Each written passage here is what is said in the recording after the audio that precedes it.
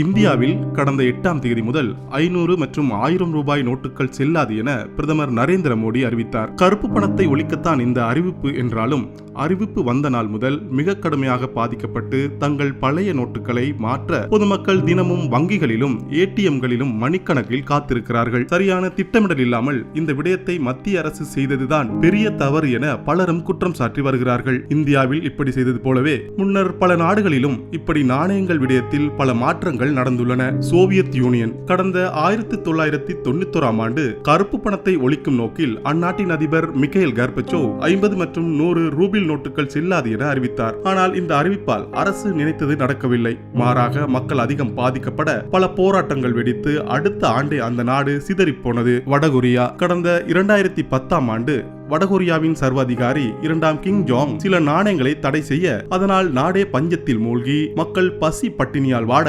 அத்திட்டம் தோல்வியடைந்தது. நைஜர் 1993ஆம் ஆண்டு இந்த நாட்டை ஆண்ட மெபுடு சிக்கோ பொருளாதார சீர்திருத்தத்தை கொண்டு வர சில முக்கிய மதிப்புமிக்க நாணயங்களை தடை செய்தார். இதனால் பணவீக்கம் ஏற்பட்டு அந்நாட்டின் நாணய மதிப்பு மிகப்பெரிய சரிவை சந்தித்தது. அந்த திட்டம் மிகப்பெரிய தோல்வியை சந்தித்தது. நைஜீரியா கடந்த 1984ஆம் ஆண்டு நைஜீரியாவின் ராணுவ சர்வாதிகாரி முகமது புகாரி ஊழலை ஒழிக்க புதிய ரூபாய் நோட்டுகளை வெளியிட்டார். இது எந்த பலனும் தராமல் அந்நாட்டின் பொருளாதாரத்தையே சீரழித்து விட்டது. இதனால் முகமது புகாரியின் பதவியும் பறிப்போனது. மியான்மர் கருப்பு பணத்தை ஒழிக்க கடந்த 1987ஆம் ஆண்டு அந்நாட்டின் ராணுவ ஆட்சியாளர்கள் பண மதிப்பை 80% குறைத்தனர். இதனால் மக்கள் அதிகம் பாதிக்கப்பட்டு பின்னர் இதனால் போராட்டங்கள் வெடிக்க பலர் கொல்லப்பட்டனர். கானா ஆப்பிரிக்காவின் கானா நாட்டில் கடந்த 1982ஆம் ஆண்டு 50 செடு நாணயங்கள் செல்லாது என அறிவிக்கப்பட்டது. இதனால் வங்கிகள் பெரிதும் பாதிக்கப்பட்டு பல கோடி மதிப்பிலான பணம் மாற்ற முடியாமல் குப்பையில் வீசி வீணாக்கப்பட்டது. குறிப்பிட்ட நாடுகள் நல்ல நோக்கத்துடன் நாணய விடயத்தில் மாற்றங்களை செய்திருந்தாலும் சரியான திட்டமிடல் இல்லாத காரணத்தினால் அவை எல்லாம் தோல்வியில் முடிவடைந்தன.